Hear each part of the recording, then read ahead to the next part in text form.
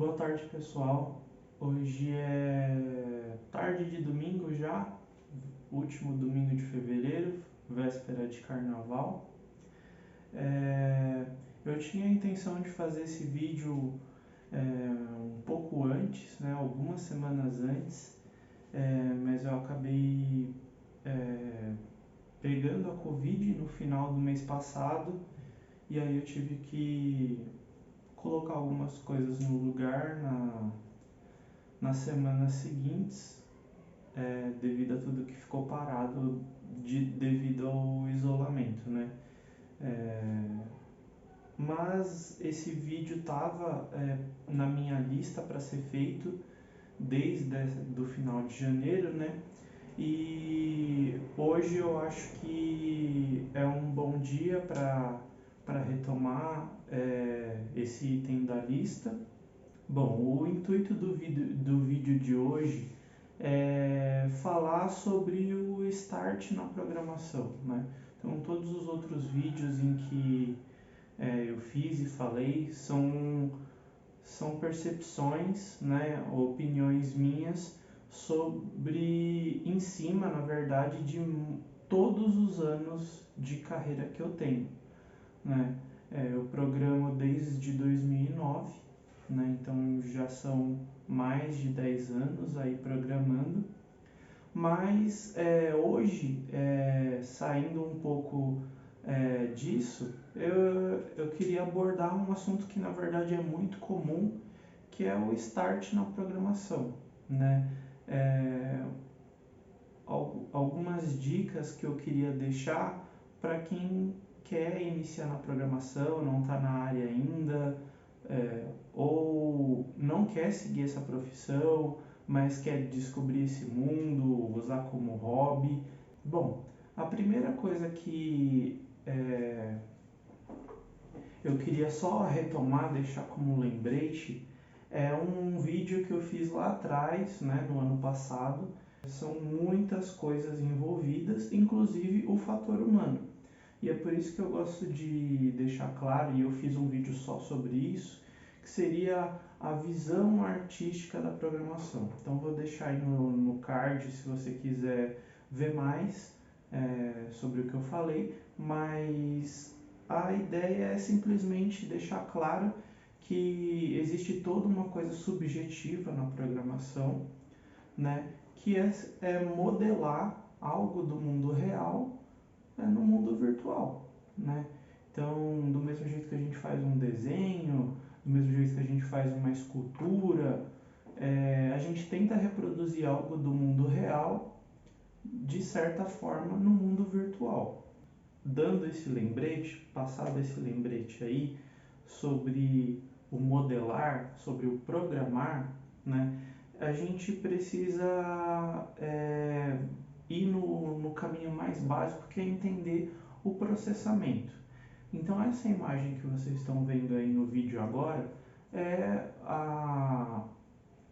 o fluxo mais básico de processamento que a gente tem.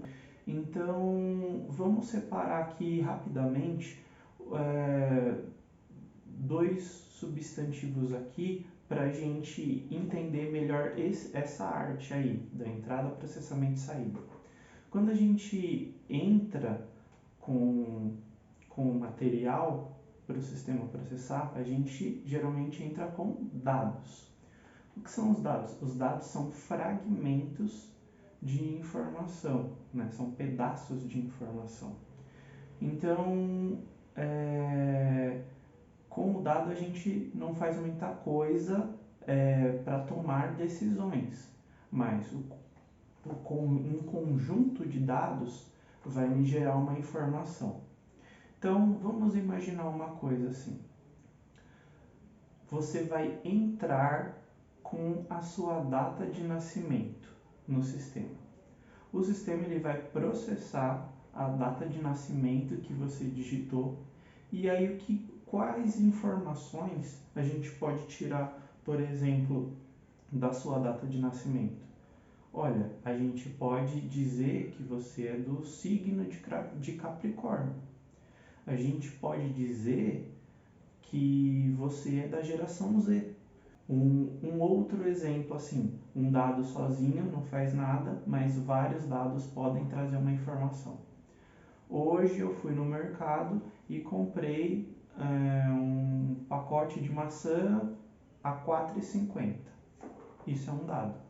Aí eu posso imputar um outro dado, dizendo que na semana passada eu também comprei um pacote de maçã e ele estava a R$ 4,30.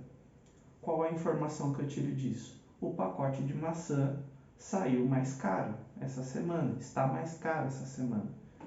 Então, esse é o cenário mais básico. Essa arte aí precisa estar sempre com a gente, né? Que é o princípio básico do processamento. E por que eu estou explicando e reforçando isso? Porque quando a gente tem muito clara a ideia das coisas separadas, a gente facilita o nosso entendimento das coisas, né? Entender as coisas por partes, né? Dividir para conquistar. Tecnicamente, a interface ela pode se dar de vários jeitos, né? A gente define a interface, exceto num ambiente aí de um produto que já exista, você está entrando numa empresa, o produto já existe, aí você não escolhe a interface, né? Você tem que se adaptar à interface que já foi definida e escolhida anteriormente. Então vamos falar sobre algumas interfaces aí que a gente já conhece. Bom, nós temos o Console Application, né, que ele simplesmente se comunica através de textos, né? Então a gente tem mensagens e espera comandos a partir dessas mensagens, por exemplo, né? Então digite a sua data de nascimento e aí ele fica esperando você digitar o seu dado, ele valida, faz o processamento e manda uma última mensagem ou últimas mensagens falando sobre a saída, né, sobre o resultado do processamento, né? Você está vendo aí no exemplo. Temos também as interfaces da web, né? Então existem campos, caixas de texto, controles diversos para a gente poder receber essa informação. Aí tem os pop-ups, né? Enfim, vários jeitos de fazer, vários tipos de interface. Então, onde que eu quero voltar? Qual o ponto que eu quero voltar?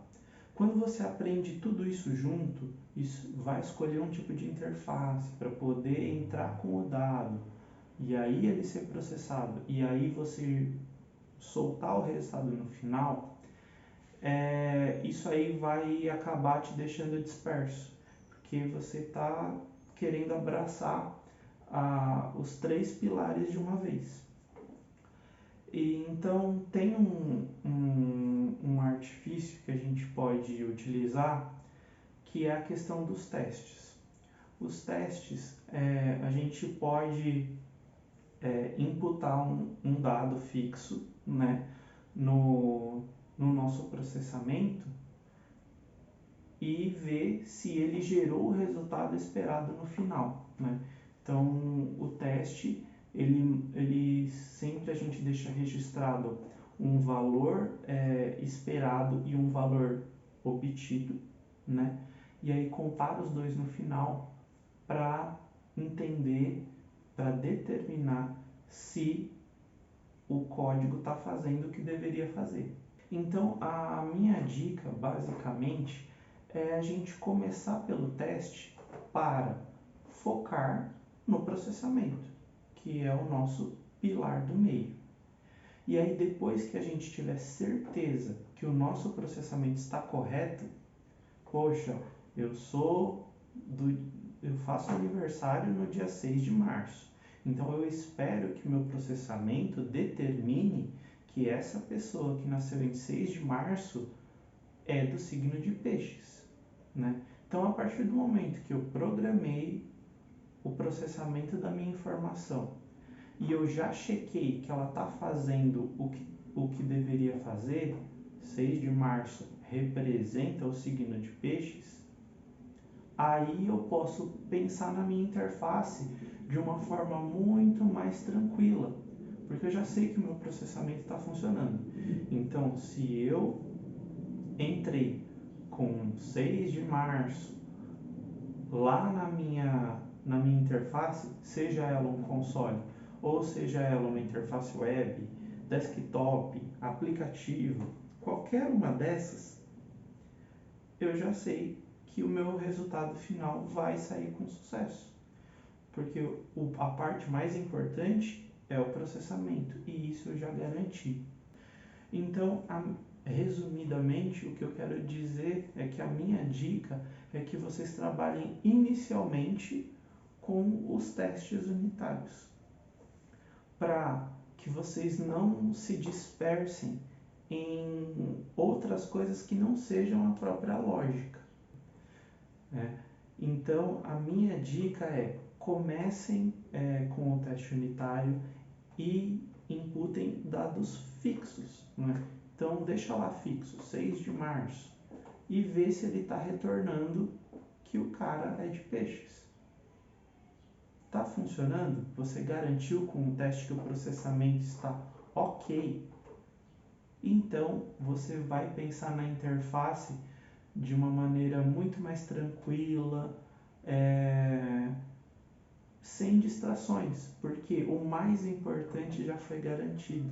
Então, mesmo que você venha a ter problemas com HTML, com CSS ou com qualquer coisa da sua interface, o processamento está garantido. Isso é o que não pode falhar. Eu não vou entrar em detalhes muito técnicos fazendo uma solution aqui no Visual Studio hoje, porque a ideia era mesmo deixar esse conceitual muito claro, né?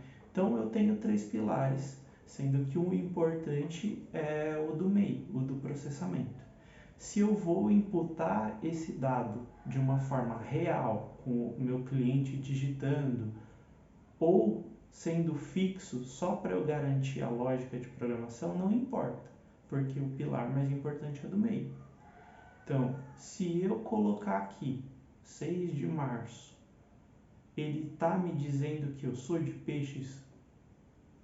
Se estiver dizendo, se eu estiver garantindo esses cenários e outros, né, que garantam a assertividade da minha lógica, tá tudo bem. Porque aí, na etapa, digamos, número 2, né, eu vou tirar esse input fixo e vou colocar um input real. E é por isso que a gente esquece delas no início para focar no processamento. Então, bom feriado para vocês e é isso. Até o próximo vídeo. Obrigado.